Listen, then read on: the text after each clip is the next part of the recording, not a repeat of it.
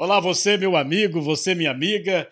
Já vou aqui todo gratidão pela audiência que vocês têm dado a essas postagens que fazemos diariamente nas nossas redes sociais e sempre fazendo aquele apelo para você curtir ou não curtir, colocar seu gostei, não gostei, deixar o seu comentário. É importante porque toda vez que você comenta algum assunto, eu posso me balizar aqui para onde a minha audiência quer que eu vá. Eu, por exemplo, estou notando que muitas pessoas, vez por outra, ainda me cobram sobre a volta a um veículo de comunicação tradicional. Eu estou estudando, estou estudando. Eu já disse a vocês que eu tenho propostas, mas eu tenho que ter muita paz e muita paciência nesse momento, porque vocês já viram, o país está muito conturbado, né? Muito conturbado. E uma coisa que eu não abro mão é a minha liberdade de expressão. Então, para eu ir para um veículo, para ficar de mimimi, ser tolhido, gente, desculpa, viu? Prefiro ficar por aqui mesmo, tá? Até que possa acontecer algo também, porque a gente tem visto aí alguns jornalistas sofrerem censura, né? Mesmo em redes sociais. Tem visto aí. E isso não é balela não, viu, gente? Tem jornalista que sofreu censura, teve jornalista que foi preso, sem processo legal, abuso de autoridade de ministros do Supremo que deveriam defender a Constituição, inclusive o artigo 5º da Constituição. Isso é uma vergonha. Hoje aqui no programa eu vou falar sobre a situação de Fernando de Noronha, até porque o doutor Simão, ontem que eu botei aqui a postagem dele, ele chamou atenção sobre uma situação que pouca gente sabia. Não existe atendimento médico nem de baixa complexidade naquela área onde houve ataque de tubarão. Tem alguns comunicados também dos hospitais e eu vou mostrar também o fundo do mar de Sueste, já que o órgão que está fazendo uma pesquisa divulgou para a imprensa o fundo do mar nesse local. Por outro lado, eu também vou voltar ao caso de Itaquitinga. Aquele presídio, né, que inicialmente só no financiamento do Banco do Nordeste, para pagar, perder de vista, deveria ter sido construído e a ilha de Itamaracá voltaria a ser a ilha sem presídio. Penitenciária agrícola, manicômio judiciário que fica lá, né, que é o Hospital de Custódia, a penitenciária Barreto Campelo, que é de segurança máxima, e até se pensava tirar o presídio da vizinha cidade de Igaraçu, que é outro presídio também que dá problema e de segurança máxima. Bom, e isso não aconteceu por conta de corrupção. Corrupção. Vocês já ouviram falar de Marcelo Odebrecht, não? Era ele, né, após seu Emílio, o dono da empresa, que inclusive é uma multinacional. Pra você ter uma ideia, eu estava em Miami, uma das obras principais de Miami, uma estrada, uma autovia, era a Odebrecht que estava fazendo. É uma multinacional. Só que lá eles não fazem o que estavam fazendo aqui. Não fazem. Aliás, eu nem sei se essa empresa existe mais, né? Porque mudam o nome, agora parece que mudou para um tal de Brás não sei o que lá, né? Muda o nome e a população fica boiando, perde a referência dos corruptos desse país. Mas na questão de Itaquitinga tem a delação premiada do Marcelo. E eu vou falar sobre essa situação. Você vai ver por que o presídio, para tirar do papel, foi uma bronca. Para você ter uma ideia, quando eu falo que o Brasil é um país de profissional, o próprio Marcelo, entendeu? Acostumado a lidar com político, politicagem, o diabo, tá? Que entregou todo mundo na Lava Jato e em outras operações. O Marcelo disse que levou uma beiçada de 50 milhões de reais aqui do governo de Pernambuco.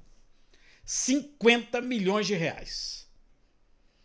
Essa empresa é a mesma que fez a Arena Pernambuco, que está bronqueada, que ninguém foi para cadeia. Na delação, ele cita gente casca grossa daqui de Pernambuco, que vive mandando aí há vários e vários anos. É bronca, meu velho. É bronca.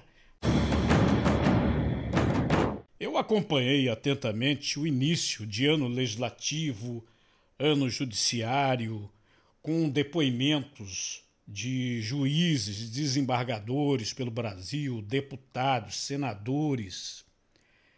E estou acompanhando com muita atenção o que foi dito, primeiro, pelo ministro Luiz Fux no Supremo Tribunal Federal e pelo ministro Barroso, que é o presidente do Tribunal Superior Eleitoral.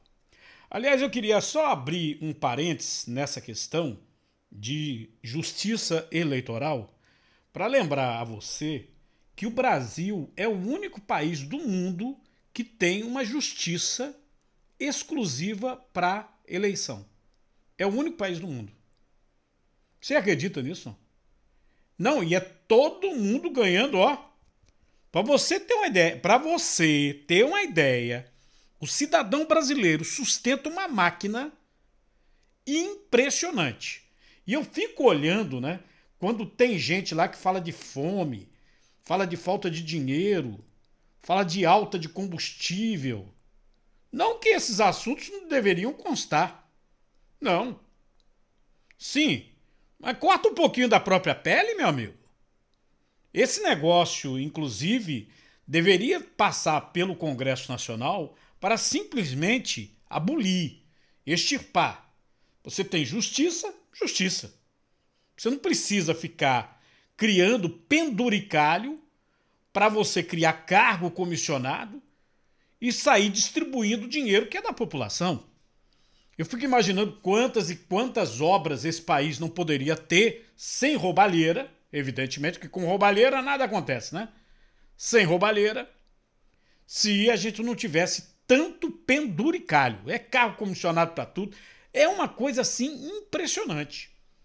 Quando você vai para o papel, o custeio disso tudo que você paga, eu pago com o meu imposto, com o seu imposto, ele é mais dinheiro do que o dinheiro destinado para as obras públicas, por exemplo, para que o país avançasse. E isso acontece não é só no país, assim, é o Brasil, né? Brasil, estados, municípios, é uma cadeia. É uma cadeia. É uma bronca. É uma bronca. Então, para começo de conversa, eu queria dizer que eu sou jornalista e sou radialista. Eu tenho DRT, tá? DRT. Ao mesmo tempo que fiz faculdade. Então eu sou jornalista, radialista, sou formado, com diploma, tá? Na minha família, tem duas profissões que se destacam. Ah, você pensou que tinha mais jornalista? Não. Na minha família, eu passo para lá, passo para cá e não tem, tá? Jornalista. Sou eu. Jornalista na minha família sou eu. Tem professor, tem empresário, empresários muito bem-sucedidos, tá? Mas não me compete falar em nomes nesse momento. Na minha família mais chegada, eu tenho médicos, muitos médicos. Muitos médicos. Por isso que eu me importo muito com saúde, porque quando a família se reúne, né, eu tenho um irmão, inclusive, que é médico também, tenho cunhados e tal. Então, quando a família se reúne, a medicina também vira um tema. Mas eu tenho também na minha família muitos operadores do direito, advogado, juiz, promotor. Não é pra você ter ideia, meu filho é advogado, meu pai é advogado, meu irmão é advogado. É muita gente na família que opera o direito. Tá? Então eu tenho um respeito muito grande pela questão legal. Pela questão legal. E aí eu não posso ficar olhando pessoas lá em cima, no mais alto patamar da justiça, falando besteira. O ministro Barroso acusou o presidente da República dele ter auxiliado milícias digitais e hackers ao vazar os dados do TSE. Tá aí, o presidente do Tribunal Superior, Luiz Roberto Barroso, mandou duros recados ao presidente Jair Bolsonaro e atacou o que chamou de milícias digitais. Lembrando que o outro ministro, o Alexandre de Moraes, ele já tinha intimado para depor no inquérito da Polícia Federal sobre essa questão aí de vazamento, o presidente da República. O presidente não foi, né, recorreu, e o Alexandre de Moraes reiterou.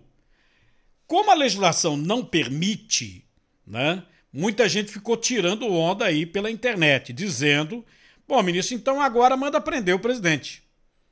Vocês já notaram que até o presente momento o presidente da República não foi preso por ordem do Alexandre de Moraes. Não foi preso. Tá? Eu queria, inclusive, lembrar uma postagem que foi feita pelo Senado Federal sobre a questão de abuso de autoridade. E eu acho que o Senado Federal está na hora de mandar para os ministros, viu? A questão de abuso de autoridade, a nova legislação de abuso de autoridade que pega toda a autoridade, incluindo juiz, e ministro é juiz, incluindo juiz. O deputado que denunciou essa questão de invasão dos hackers na famosa live do presidente fez essa postagem aqui. Observe, se teve alguém que vazou algo foi o hacker do site Tecmundo. Só após o TSE abriu a investigação. Os hackers ficaram por lá ao menos 9 meses, inclusive durante a eleição.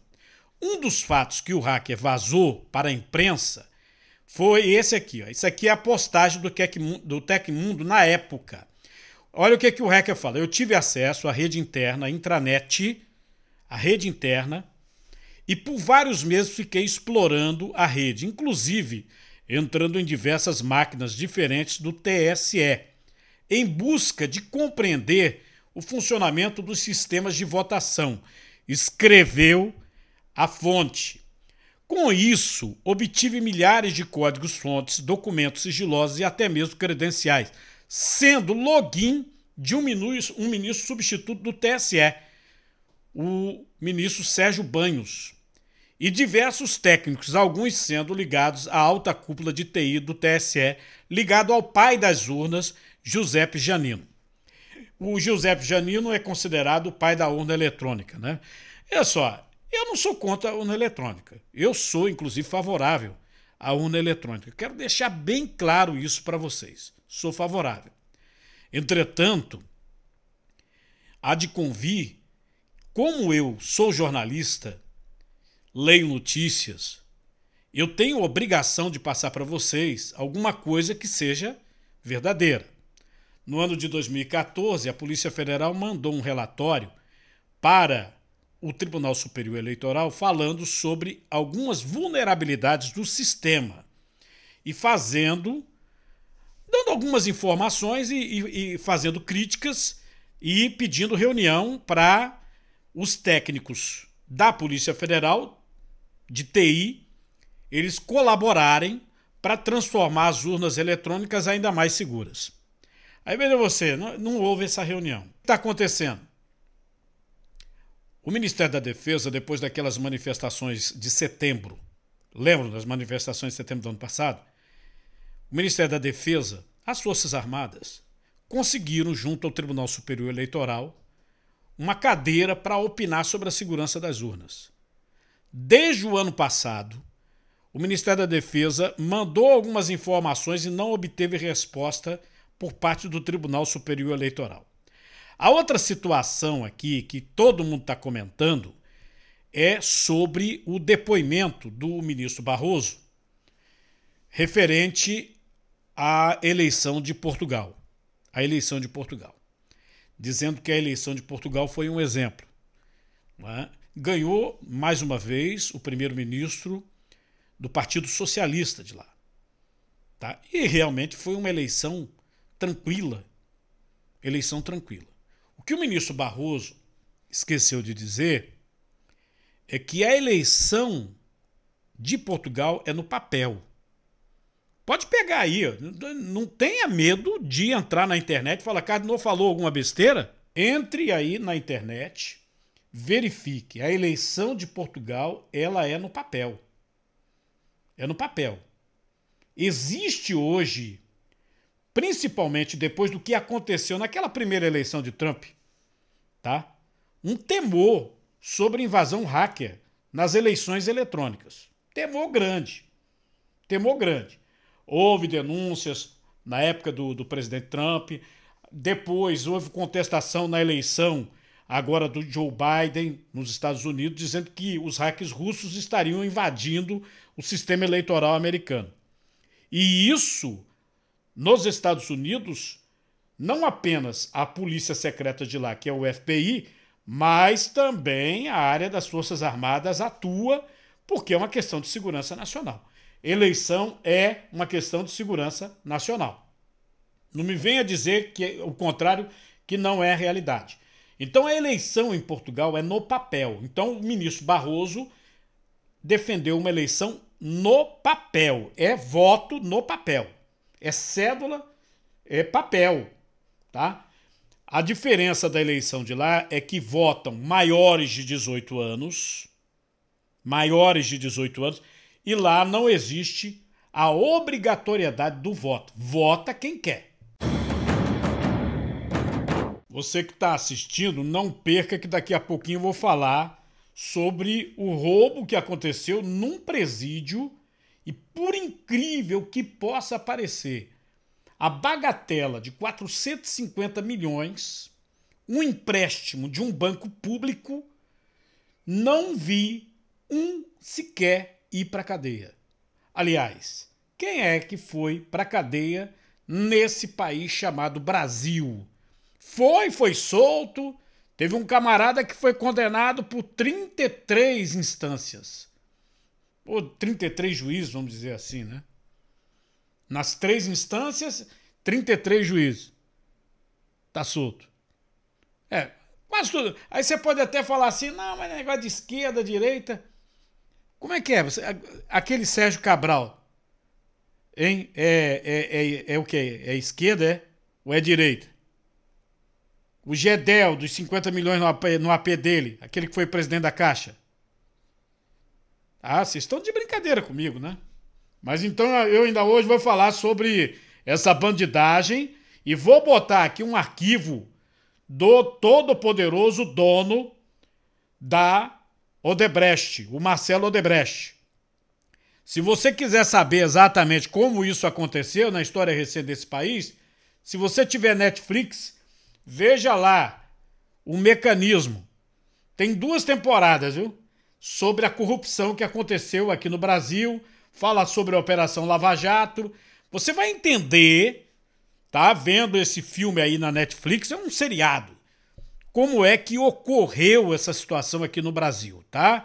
O que aconteceu exatamente, essa roubalheira que aconteceu nesse país. E se você ainda é incrédulo, não acredita que existe ladrão e que tem bandido bonzinho, tá? Deixa eu voltar a falar sobre a questão de Fernando de Noronha. As manchetes sobre Fernando de Noronha hoje, ó, são muitas nos nossos jornais. Inclusive, ó, a Praia do Leão também foi fechada para banho de mar após o tubarão atacar a menina. Também está aqui o boletim médico, né? Você vai acompanhando comigo. ICMBio decide fechar a Praia do Leão em Noronha após ataque de tubarão. São algumas manchetes que estão hoje nos órgãos de imprensa. Inclusive tem essa divulgação que é o vídeo do fundo do mar na Praia de Sueste.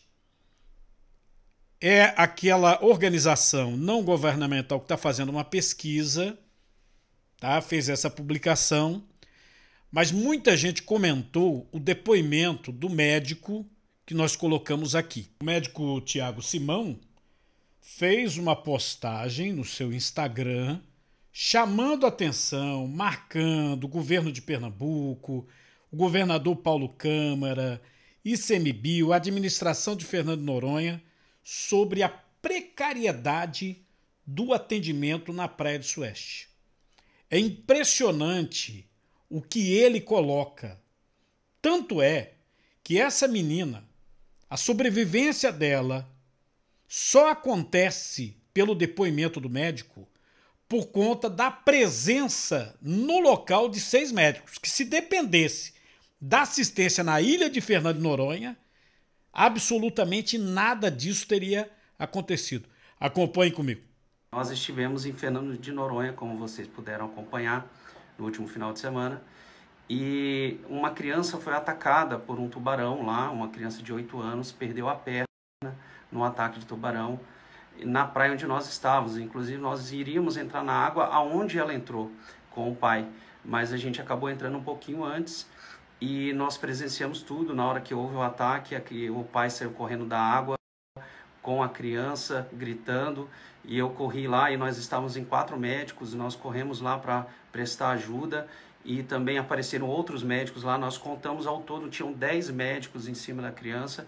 Isso que foi a grande sorte dela, que a praia estava cheia de médicos, e nós começamos a reanimar essa criança. Eu ajudei a ventilar ela e a reanimar, e nós conseguimos salvá-la, graças a Deus. Mas infelizmente essa criança perdeu a perna e ela estava em estado grave. Nós conseguimos estabilizar o sangramento e encaminhá-la para o hospital mais próximo, que é lá na ilha, que é um hospital muito pequeno, com pouca estrutura, e essa criança sobreviveu por muita sorte. E o que eu queria denunciar aqui é a falta de estrutura que nós visualizamos lá, nós identificamos lá, e eu vou falar o que eu vi, e eu queria denunciar para as autoridades, para que elas tomassem conhecimento do risco que as pessoas estão correndo, estando lá na praia, praias que tem tubarões tigre, que foi o que atacou a criança, que é muito perigoso e é um risco que muitas pessoas não têm conhecimento dos riscos que estão sofrendo e da falta de estrutura para poder atender um acidente como esse. Então, para começar, na praia lá não tinha nenhum aviso, nenhuma identificação de risco de ataque de tubarões. Então não tinha exposto isso, não tinha nenhum alerta que a gente pudesse saber que ali tinha tubarões. E os guias locais também falaram para a gente que era seguro, que não tinha perigo. Não tinha salva-vidas na praia, nós não vimos salva-vida em nenhuma das praias que eu fui. Só em uma das praias, no dia seguinte ao ataque, é que eu vi salva-vidas e uma bandeirinha avisando que tinha tubarões ali, mas em todas as outras praias que a gente tinha ido, eu não vi salva-vidas, eu não vi aviso de risco de ataque de tubarão, não tinha ambulância para poder resgatar uma pessoa caso sofra um afogamento ou algum ataque, não tinha ambulância nas praias. E os funcionários que trabalhavam ali do ICMBio não pareciam ter nenhum tipo de treinamento para fazer algum atendimento de primeiros socorros. Quando nós chegamos para fazer o atendimento à menina, os funcionários dali de uma lojinha que tinha anexa à praia, eles viram tudo e ninguém se manifestou para prestar alguma ajuda. Eles têm um kit de primeiros socorros lá, mas ninguém se prontificou a levar o kit até a praia. Uma das médicas que estava ajudando no atendimento teve que correr até lá e solicitar um kit de primeiros socorros. Uma pessoa só com aquele kit, a gente teve que fazer respiração boca a boca mesmo, massagear a paciente e improvisar um torniquete para estancar o sangramento. Os funcionários ali não pareciam estar preparados para fazer um atendimento desse. E a criança, graças a Deus, só sobreviveu porque tinham médicos ali na praia, a gente conseguiu estabilizar ela. E aí solicitamos uma prancha para colocar a paciente e tivemos que pedir uma caminhonete para poder colocar a paciente em cima da caminhonete e levar correndo para o hospital, porque não tinha ambulância. A gente solicitou ajuda ao SAMU, os bombeiros, mas os bombeiros chegaram depois que a paciente já tinha sido levada. E assim, a gente sentiu muita precariedade e pouca segurança, e poderia ter acontecido com a gente, porque a gente estava no mesmo local, dentro da água, e poderia ter acontecido com qualquer um de nós, e nós não nos sentimos extremamente inseguros, impotentes, porque não tinha estrutura adequada para fazer um atendimento como esse, e isso parece acontecer com uma certa frequência lá.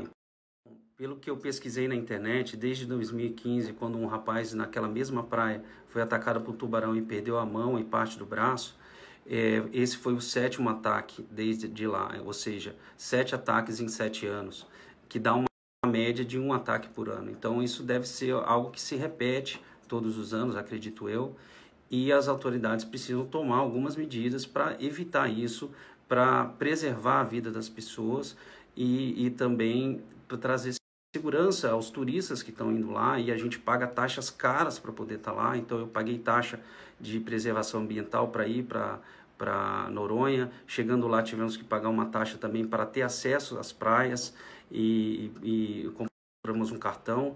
Então esse dinheiro todo que está sendo investido pelos turistas, que está sendo pago, deve se retornar através de segurança para os banhistas que estão lá. Então deveria ter ambulância, deveria ter salva-vidas em todas as praias, deveria ter aviso de ataque de tubarão, aviso que ali tem tubarões, para que as pessoas tenham cuidado quando entrar na água. Então, deveria ter algum tipo de monitoramento desses tubarões para saber, através de drones ou algum outro método, para saber onde estão os tubarões, onde é mais arriscado. E a gente não viu nada disso. E deveria ter uma estrutura já montada, um protocolo de resgate com ambulância, com resgate aéreo, para que fosse imediatamente a pessoa atacada já fosse transferida para um hospital com maior estrutura. Então, pelo que nós observamos ali, a criança foi para um hospital pequeno da ilha, que não tem muita estrutura, foi estabilizada ali, e depois de mais ou menos umas 4, 5 horas é que ela conseguiu ser transferida, porque veio um avião a gente viu o avião chegando para buscar ela e depois saindo, e ela foi encaminhada para um hospital em Recife, onde tinha mais estrutura, onde provavelmente foi operada, e graças a Deus conseguiu sobreviver. Eu acredito que o Ministério Público de Pernambuco tem que dar uma olhadinha em Fernando de Noronha, viu? Tem que olhar. Inclusive o Ministério Público de Contas, porque eu tenho feito denúncias de uns contratos meio assombrados, e você vê um local que foi colocado para a iniciativa privada tomar conta e não tinha a mínima condição de atendimento, de socorro. De socorro. Isso é vergonhoso. Quando eu comentei com vocês aqui a situação dos BRTs, dos terminais de passageiros, do metrô, eu falei sobre a situação de Arena Pernambuco, uma arena, um estádio de futebol construído no meu estado e que não ficou completamente pronto, né, porque haveria diversos agregados para beneficiar a população do município de São Lourenço da Mata e isso não ocorreu. Tem até estrada que não foi concluída. E foi a empresa Odebrecht que ficou responsável por essa construção. A Odebrecht não fez só esse estádio em Pernambuco, fez vários outros. Fez também a BRT, Rio de Janeiro tá na mesma porcaria, viu? Na mesma porcaria, teve coisa em São Paulo, teve coisa em todo canto desse país. Aí quando eu comentei, eu falei sobre um absurdo dos absurdos dos absurdos. Uma ideia do governador falecido de Pernambuco era tirar os presídios da ilha de Itamaracá, um local turístico do nosso estado, e para isso ele teria que construir um presídio grande. E resolveu construir o presídio de Itaquitinga. Iria tirar a penitenciária Barreto Campelo, hospital de custódia psiquiátrica, que é um manicômio judiciário, a penitenciária agrícola de Itamaracá, e até havia a pretensão, porque era um presídio muito grande de Itaquitinga, de retirar, ali bem pertinho de Itamaracá, o chamado presídio de Igaraçu de segurança máxima. Só que o presídio, naquela época, não saiu do papel. Não saiu do papel. Começou lá pelos idos de 2012, chegou em 2014, e aí, na delação premiada do Marcelo Odebrecht, ele contou o episódio com o ex-governador do estado, cita alguns nomes da política até hoje, pessoal conhecido, né, envolvido no esquema de Itaquitinga. E vejam vocês, a empresa pegou um empréstimo no Banco do Nordeste de 450 milhões de reais. A empresa conseguiu transformar os 450 milhões de reais em dividendos, jogou lá e simplesmente se safou. Não construiu o presídio, não terminou o presídio, faliu, provavelmente deve ter algum dono dessa empresa aí, né? Se existe dono, se não for algum laranja, nas Bahamas, curtindo com os milhões que roubou do dinheiro do povo brasileiro. Pois o Marcelo, nessa delação, ele cita assim, ó. Ah, não. Vê comigo. Na época, o Eduardo lançou uma PPP para presídio lá, assim, para presídio lá em Pernambuco. Na época, ele queria até que a gente participasse. O diretor da época veio comentar comigo, era o Pacífico. E eu disse, quer dizer, veio através obviamente falou com o líder dele, falou comigo, mas na época eu mesmo disse, olha, não vamos entrar em presídio, não interessa por várias razões, que eu não vou aqui, mas nós não entramos. Ocorreu essa situação sem a nossa presença, ganhou uma empresa, a Advance Socializa, que depois deu um mega problema, a empresa não performou, e Eduardo via esse projeto como um projeto que podia comprometer inicialmente a candidatura de Geraldo Júlio a prefeito e depois a própria candidatura dele. E, uma certa feita, ele pediu a gente para ver como é que a gente ajudava esse projeto que estava parado, cheio de dívida, problemas de greve de trabalhadores que não estavam sem receber, o projeto estava dando um impacto grande em Pernambuco.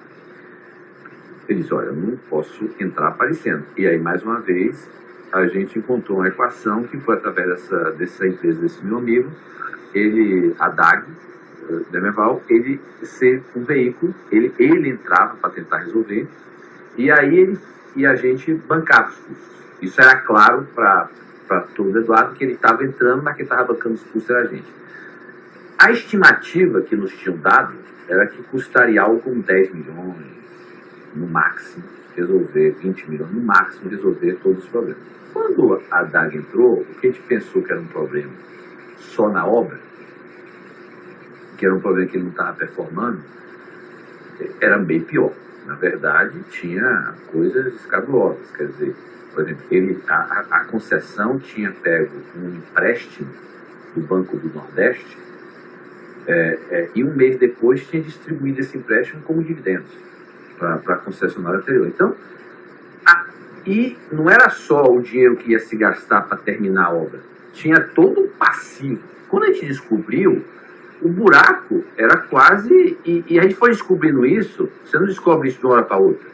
Você vai descobrindo isso, só que, obviamente, tinha tido cuidado, que esse empresa, meu amigo, ele não tinha ainda comprado a concessão. Ele tinha feito um contrato de uma opção de compra condicionada a algumas coisas. A gente teve esse cuidado, ou seja, a gente primeiro precisava fazer a due diligence. E aí essa due diligence demorou meses, e aí se verificou que era longe. E nesse processo você vai botando dinheiro, você vai resolvendo alguns pepinos, aí tinha uma emergência para não, pelo menos resolve o problema trabalhista, então você vai e começa. Então a gente começou a gastar, não resolveu a questão, mas gastou por conta de dinheiro. Quando a gente viu, a gente já tinha gasto uns 50 milhões, tá? Nesse processo, tudo, ou seja, a gente dava para a DAG e a DAG botava na concessão, numa opção que ela tinha, e a gente viu que o buraco era maior. Quanto mais botasse, o buraco era maior. Chegou um momento que a gente disse, não tem jeito. Eduardo, não tem jeito aqui. E aí eu participei de alguns encontros com o Eduardo, quer dizer, mesmo esse tema era tão importante que eu tinha encontros com o Eduardo para falar sobre política, mas no encontro eu falei, aquele problema não está andando. E aí o que aconteceu? Em determinado momento, se viu que a única opção que tinha era ele resolver a concessão, assinando aditivo, melhorando a concessão.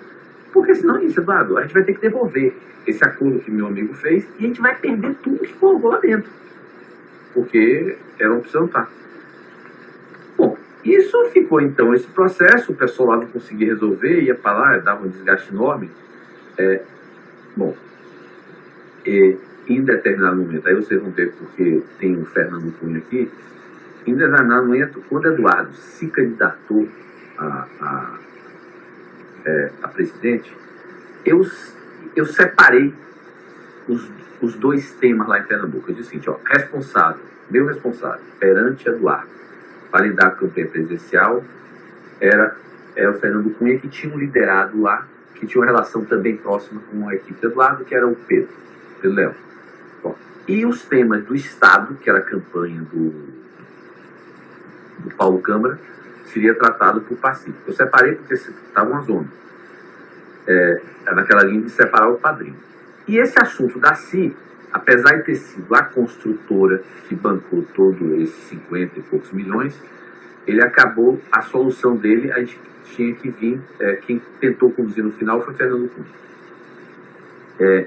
Então eu tive esse jantar lá em casa, que foi 16/7. Até então, nós não tínhamos praticamente doado nada para Eduardo. A gente fez uma doação mínima de uma emergência que eu acho que teve, que ele tinha que pagar alguma coisa, e eu não sei se foi caixa 2 oficial, mas a gente fez um pagamento assim de emergência, tipo coisa de 500 mil, 1 milhão para resolver uma coisa. E nesse jantar lá em casa, que estava presente o Fernando Cunha, o Aldo Guedes, provavelmente eu não devia estar o Pedro Leão, mas tem a relação. E estava, eu acho até a Revolta estava presente nesse jantar. Eu disse para Eduardo, eu não vou ter que... Considere que o que a gente botou na CI é minha contribuição para você. Ou seja, enquanto você não resolver esse assunto, é como se eu já tivesse doado para você 50 milhões. Tá? Agora, se você conseguir resolver esse imbróglio e eu recuperar esse dinheiro, eu posso até voltar a contribuir para você. Ele entendeu, tá? Obviamente que ficou, pediu ainda alguma coisa para emergência aqui e lá, mas eu não acabei doando muito para a campanha de Eduardo, entre aspas, porque na verdade esse 50. Então é aquela história, isso acho que mostra a questão seguinte: ele via a gente como uma empresa que ia resolver os problemas dele, alguém de confiança para tratar um assunto dessa dimensão, e ao mesmo tempo alguém que estava disposto a botar 50 milhões. Esse é o tipo de coisa que a gente tinha. E aí, infelizmente, a gente sabe, o Eduardo veio a falecer, esse assunto acabou não evoluindo mais, entendeu? A gente acabou perdendo 50 milhões lá. Quando eu digo que no Brasil o cara tem que ser profissional, e mesmo os profissionais dançam, hein? Você vê aí o Marcelo Odebrecht dizendo que levou uma beiçada em Pernambuco de 50 milhões de reais. Perdeu 50 milhões de reais. Fora os 450 milhões que o pessoal dessa empresinha citada pelo Marcelo sumiu. Escafedeu com dinheiro. E olha, gente, tudo isso ficou assim, pra lá, pra cá, pra lá, pra cá. O Marcelo foi condenado a 19 anos de cadeia, com 2 foi solto. O dinheiro que ele roubou, supostamente, ele continua depositando, ainda tem dinheiro para entrar. Ainda tem dinheiro para entrar. Dinheiro do povo brasileiro. Agora tem dinheiro que, infelizmente, a justiça não conseguiu alcançar. Bom, se você gosta desse tipo de tema, vai comentando aí que a gente qualquer dia desse volta, tá? Eu queria agradecer a você pela audiência. Não esqueça de dar o seu like, dislike, faça seu comentário. É muito importante quando você comenta, você deixa até um oi aí, ô, Cardinô, beleza e tal. Porque é o seguinte, essas redes sociais, elas compartilham exatamente quando você se manifesta. Então, se você quiser ajudar o nosso canal aí, tá? Bota seu comentário, deixa seu gostei, não importa, tá? Mas aí a gente segue junto nessa caminhada aí. E olha, logo eu vou ter novidade para vocês, eu conto tudinho por aqui, tá? Muito obrigado e um bom dia.